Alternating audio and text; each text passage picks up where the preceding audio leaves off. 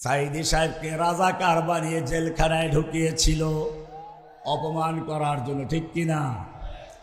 কিন্তু সাইদি সাহেবের মৃত্যুর পরে জানাজা ঢাকায় কেন হলো না? আমি এটা অনেক জায়গায় বলেছি, আজকেও বলি, শুনুন।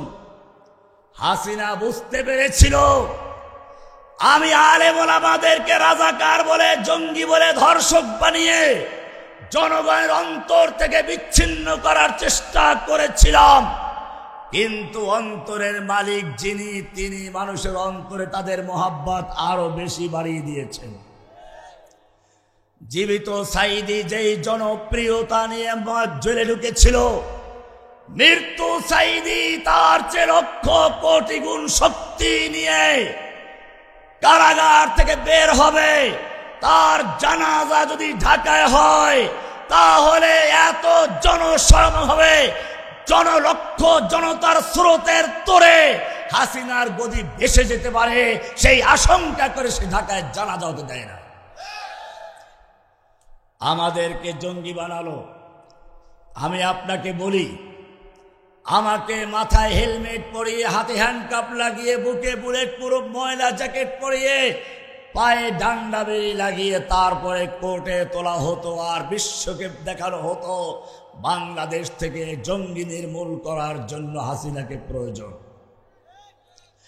এই দেশ থেকে ইসলামকে বিদায় করার জন্য, ইসলামের তাহজিব তামাদ্দুনকে বিজয় করার জন্য যেই নীল নকশা নিয়ে এসেছিল, তা বাস্তবায়ন করার জন্যই সেই জঙ্গি নাটকগুলো সাজিয়েছিল।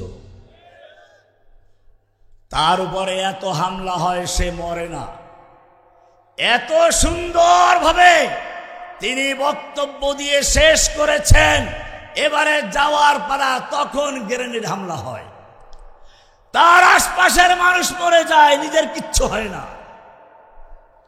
কি সুন্দর আপন লোকেরা তাকে মারার জন্য হামলা চালিয়েছিল। মনে রাখতে হবে, মিজানুর রহমান আজহারিকে দেশ ছাড়া করেছিল, জসিমউদ্দিন রহমানীকে জঙ্গি বানিয়েছিল।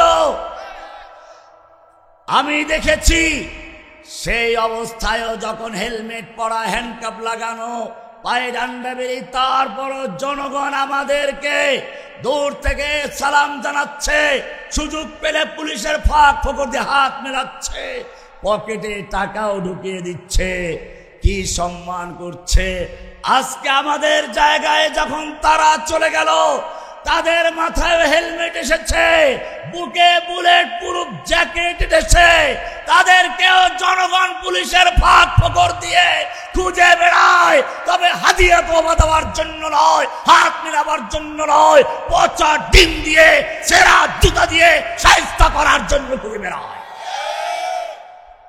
কোরআন পরিষ্কার বলেছে, অতুইজ্জু মান তাশাউ অতুযিল্লু মান তাশাউ বিয়াদিকাল খায়র। সমস্ত ক্ষমতার মালিককে, সব ক্ষমতার মালিককে। এইবারে আল্লাহ তাআলা বলছেন, আমি লম্বা কথা বলার সুযোগ নেই, জুমার খুতবা, মুসলিমদের ক্ষমতার উৎস লা ইলাহা ইল্লাল্লাহ। ক্ষমতার মালিককে আল্লাহ তাআলা এবারে তোমাদের সুসংবাদ দিচ্ছেন। ছাত্র জনতার প্রতিনিধি হাসানাত আব্দুল্লাহ ভাই আছেন, আরো হয়তো কেউ থাকবেন। আমি আপনাদের বলি, আপনাদের জন্য সুসংবাদ আছে। কোরআনে আজকে সে কথা আমি আপনাদের কোরআন থেকে দেখাচ্ছি। কোরআন বলছে, যুগে যুগে ফেরাউনরা তাদের দেশের জনগণকে বিভিন্ন দলে বিভক্ত করেছে। সূরা কাসাস 28 নম্বর সূরা, এর 4 নম্বর আয়াত আল্লাহ বলছেন, ওয়াজআলা আহলাহা শিয়া। যুগে যুগে ফেরাউনেরা তাদের দেশের জনগণকে বিভিন্ন দলে বিভক্ত করে রেখেছে। কেউ রাজাকার, কেউ মুক্তিযুদ্ধের পক্ষে, কেউ চেতনার পক্ষে, কেউ বিপক্ষে, কেউ স্বাধীনতার পক্ষে, কেউ স্বাধীনতার বিপক্ষে, এইরকম ভাবে বিভিন্ন দলে বিভক্ত করে জনগণের মধ্যে গন্ডগোল লাগিয়ে একজনকে আর একজনের বিরুদ্ধে খেপিয়ে দিয়ে এরকম ভাবে তারা শাসন করার চেষ্টা করেছে। কোরআন বলছে ইস্তাদঈফু তায়ফাতাম মিনহুম, এবং তারা যুগে যুগে একটা দলকে দুর্বল করে রেখেছে, নির্যাতন করেছে, নিপীড়ন করেছে, শোষণ করেছে, আর এক দলকে তারা সবকিছু দিয়ে দিয়েছে। আল্লাহ বলছেন ইস্তাদঈফু তায়ফাতাম মিনহুম ইন্নাহু কানা মিনাল মুফসিদিন, নিশ্চয়ই সে ছিল একটা স্পষ্ট ফ্যাসিস্ট, সন্ত্রাসী, ত্রাস, অহংকারী, ধ্বংস এবং ধ্বংস করার মতো একটা বাস্তব পেতনি, যাকে ডাইনি বুড়ি বলা চলে। আল্লাহ বলছেন ইন্নাহু কানা মিনাল মুফসিদিন। এইবারে আল্লাহ তোমাদের সুসংবাদ দিচ্ছেন। সূরা কাসাসে এই কথা বললেন, এক দলকে নির্যাতন নিপীড়ন করা হয়েছে। এবারে আল্লাহ বলছেন যেই লোকগুলোকে নির্যাতন করা হয়েছে, যাদের উপর অত্যাচার করা হয়েছে, যাদের উপরে জুলুম করা হয়েছে, এইবারে আমি চাচ্ছি অনুরিদু আন নামুন্না আলাল্লাযীনা ইসতুদঈফু ফিল আরদ, যাদেরকে বাংলার জমিনে দুর্বল করে রাখা হয়েছিল, নির্যাতিত করা হয়েছিল, নিপীড়িত বানানো হয়েছিল, এবারে আমার ইচ্ছে হচ্ছে, আল্লাহ বলছেন আমার এবার ইচ্ছে হলো আন্নামুন্না আলাল্লাযীনা ইসতুদঈফু ফিল আরদ, সেই দুর্বল, নির্যাতিত, নিপীড়িত মানুষগুলোকে সাহায্য করব, তাদের প্রতি অনুগ্রহ করব।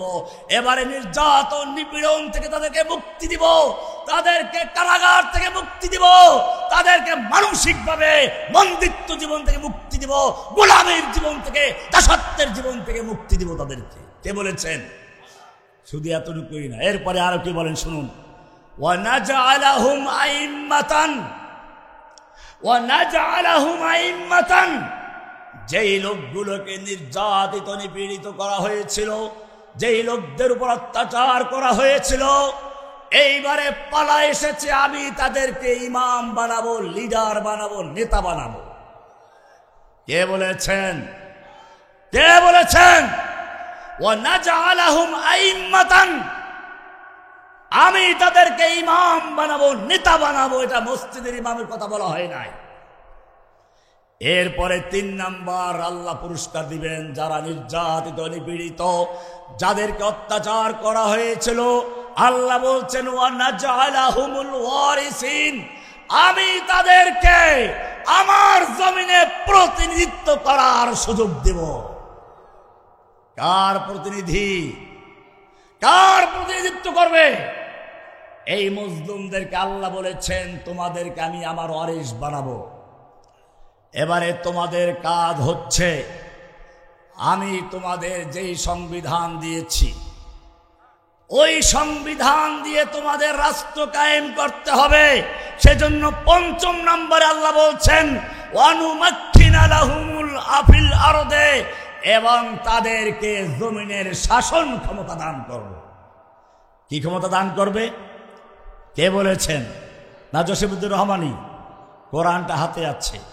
অনুমাক্কিনা লাহুম ফিল আরদে, আমি সেই নির্যাতিত নিপীড়িত মজলুমদেরকে সাহায্য করে তাদের হাতে আমি এই বাংলার ক্ষমতা তুলে দিতে চাই। এবারে আর একটা মজার কথা আল্লাহ বলেছেন, ওয়ানুরিয়া ফিরাউনা ওয়া হামানা ওয়া জুনুদাহুমা মিনহুম মা কানু ইয়াহযারুন, আমি ফিরাউন, হামান, নমরুদ, যুগে যুগে যারা ফিরাউনের চরিত্র লালন করেছে, ফিরাউন, হাসিনা ফিরাউন, কৌয়াকাদের ফিরাউন, আরো তাদের যত ফিরাউন আছে, আমি সব ফিরাউনকে দেখিয়ে দিতে চাই মিনহুম মা কানু ইয়াহযারুন, তারা যেটা ভয় করছিল, যেটার আশঙ্কা করেছিল, আমি তাদেরকে সেটা এবারে চাক্ষুষ দেখাই দিতে চাই। কে বলেছে? বোঝা গেল এরা যে গ্রেফতার হবে, এরা এদের শাস্তি তাদেরকে পেতেই হবে, এই কথা অঙ্গীকার করেছেন কে? কাউয়াকাদের সেজন্যই আশঙ্কা করেছিল যদি আমাদের ক্ষমতা ছেড়ে চলে যায় তাহলে কতজন লাশ পড়বে? 5 লক্ষ লাশ পড়বে। কারণ ওরা তো ওদের চরিত্রটাই বুঝে, মানুষকে সবাইকে ওরা সেটাই মনে করেছে। কিন্তু না, এদেশের তাওহীদি জনতা তোদের মতো হিংস্র নয়। কুকুরে কামড়ে পায়ে দিয়েছে বলে কুকুরের পায়ে কামড় দেওয়ার চরিত্র দেশের তাওহীদি জনতার নয়। সেজন্য বাংলার জনগণ সুযোগ পাওয়া সত্ত্বেও তোমাদের 5 লক্ষ নয় 50 লক্ষকে ভ্যানিশ করে দেওয়ার ক্ষমতা পাওয়া সত্ত্বেও আল্লাহর নবী যেদিন মক্কা বিজয় করেছিলেন সেদিন তিনি মক্কার লোকদের জিজ্ঞেস করেন, হে মক্কার লোকেরা, আজকে তোমরা আমার থেকে কেমন ব্যবহার আশা করছো? 10,000 তরবারি এবারে সারার অপেক্ষায় একটু হুকুম দিলে মক্কার লোকদের গর্দানটা উড়ে যায়।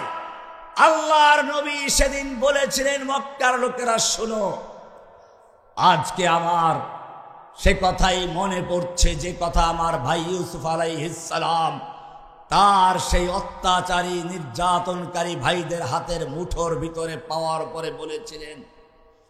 তাদেরকে সেদিন বলেছিলেন, লা তাসরিবা আলাইকুমুল ইয়াউম, আজকে তোমাদের বিরুদ্ধে আমার কোনো ক্ষোভ নেই, তোমাদের বিরুদ্ধে আমার কোনো প্রতিশোধ নেওয়ার ইচ্ছা নেই। লা তাসরিবা আলাইকুমুল ইয়াউম, আজকে আমি তোমাদের ক্ষমা করে দিচ্ছি। যাহাবু আনতুমুত তুলাকা, যাও তোমরা সকলে আমাদের সাধারণ মুক্ত, তোমাদেরকে মুক্তি দিয়ে দিলাম। এদেশের জনগণ যদি বাংলাদেশের সেই জালেম ফ্যাসিস্ট হাসিনার সৈনিকেরা যারা খুনের সাথে জড়িত নও, যারা অতি উৎসাহী হয়ে আমার ছাত্র ভাইদের বুকে গুলি করো নাই, ওপেন তওবা করো, ক্ষমা চাও।